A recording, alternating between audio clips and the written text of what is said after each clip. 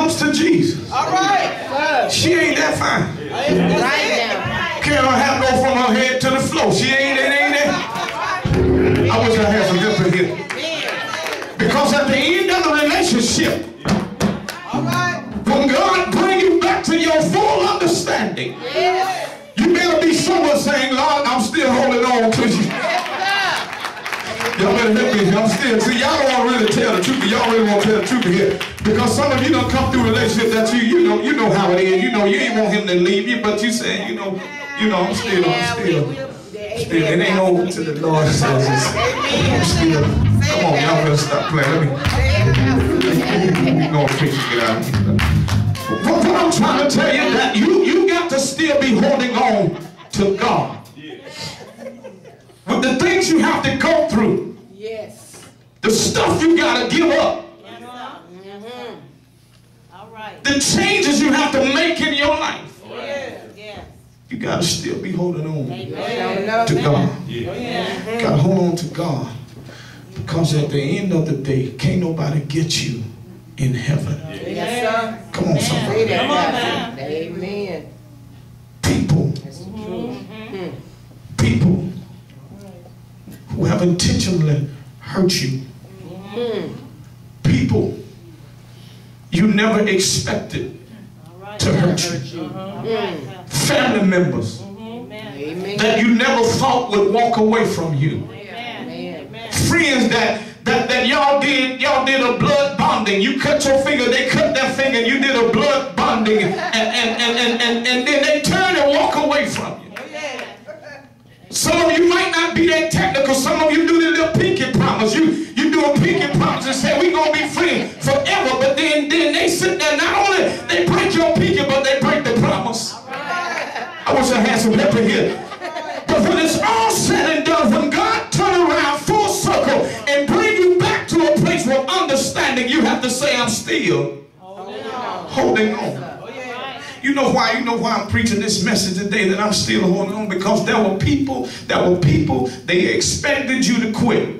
All right now. They expected you to give up. Amen. They expected you to be sad. They expected you to be miserable. Expected you to be broke. Expected you to be suicidal. They expected you that they didn't really want to take you out, so they expected you to take yourself out. All right. I wish I had some help in here. And not only understanding that, but people will look over you. People will look over you. Just like in Luke chapter 10, where the man, the good Samaritan, was passing along the way. He found the man that had been beat up and broken up by the thieves and everything. And he found the man laying aside the road. Y'all heard the story Tuesday night. And then watch this. You had the priest to pass by. You had the Levite to pass by. But just a regular person stopped by to see about him. Y'all ain't helping me. I really don't want to talk about the one that passed by. I want to talk about the man that actually, when he came to his senses and understood that somebody had helped him along the way, when he got to the understanding, he came to his mind and said, you know what? They took my money, they took my clothes, and somebody helped me. I don't even know how I got where I am, but I'm still holding on. Still holding on. I'm still holding on. There's some people expected you to quit. There's some people expecting you right now not to even make it. Amen. They're expecting you to fail. Yes. You know why? Because they don't dream like you dream. Yes. They don't have the admirations in life that you have. So they're expecting you to give up at some point. Child, please, they ain't gonna be long. All right, Pastor. They ain't gonna be long, you. They just start dating. All right, Pastor. She just got the job. She'll quit a job. Don't worry about it. It won't be long. All right. Yeah, I know. Yeah, they got their new house.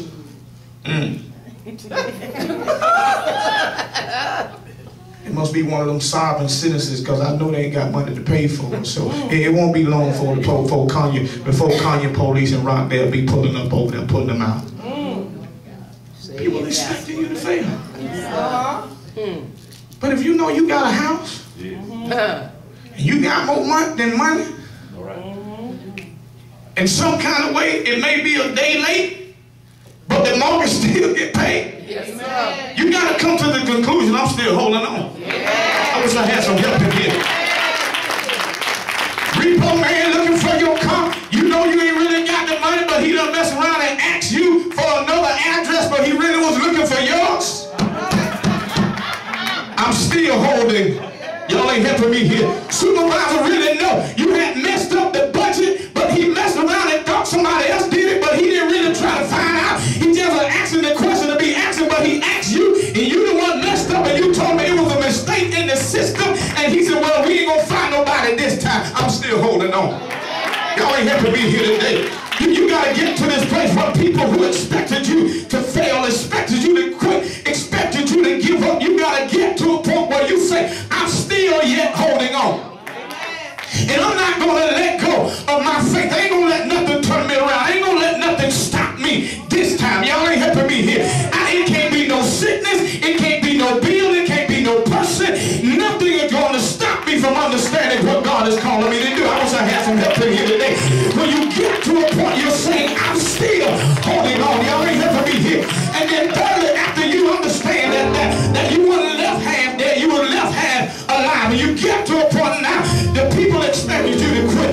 And then third and finally, you come to a discovery in your mind, in your heart, in your soul, that you're going to understand that God kept you around for a particular reason. I wish I had some help. He didn't just have you here to sit on the pew. He got you here for a particular reason. He saved you. He brought you out of the horrible pit to do something significant in your life. Come on, right and take me to church in here. Get to your understanding here today. That discover that you're still here.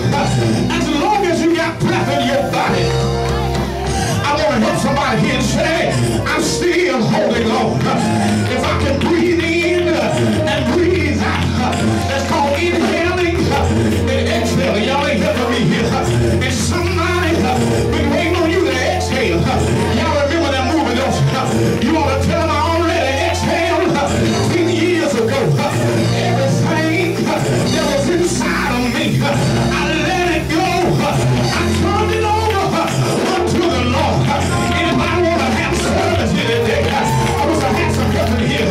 You ought to look at your neighbor and say, neighbor, after all I've been through, after everything that was supposed to take me out of here, I'm yet still holding on. I found your neighbor and say, neighbor, you may have to go through something else, but you can make it. You can make it. Tell them to keep holding. God's unchanging hand. I feel pretty good here. Let me go on and get out of here today. Look at your other neighbor and say, neighbor, you ought to lift your hand toward heaven. And when God lifts his hand toward the earth, you can grab his hand and hold on until his unchanging hand. Tell your neighbor, no matter what you go through, keep holding on. Tell them to keep holding. Tell them to keep holding on. Storm cloud may rise. Field may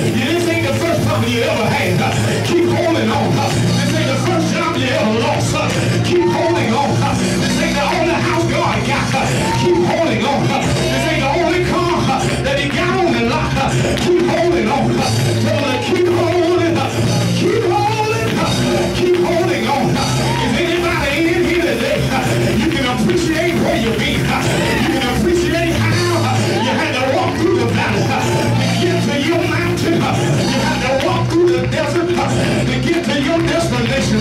Anybody holding on? Anybody holding on? Anybody holding on today? Say yeah. Say yeah. If you're holding on, grab your neighbor by the hand and shake the hand like you're going to shake it off and say, neighbor, I'm still holding on. I'm still. Come on, help me. I can't hear y'all. I'm still holding on. I'm still holding on. Through your divorce, I'm still holding on. Through your repercussions of your sickness, I'm still holding on. I was a handsome helping here today. You just like the man. Because God, when he look down on you, you'll see you got perseverance. You'll see you got faith. You'll see you got trust. You'll see you got understanding. You'll see you got peace. You'll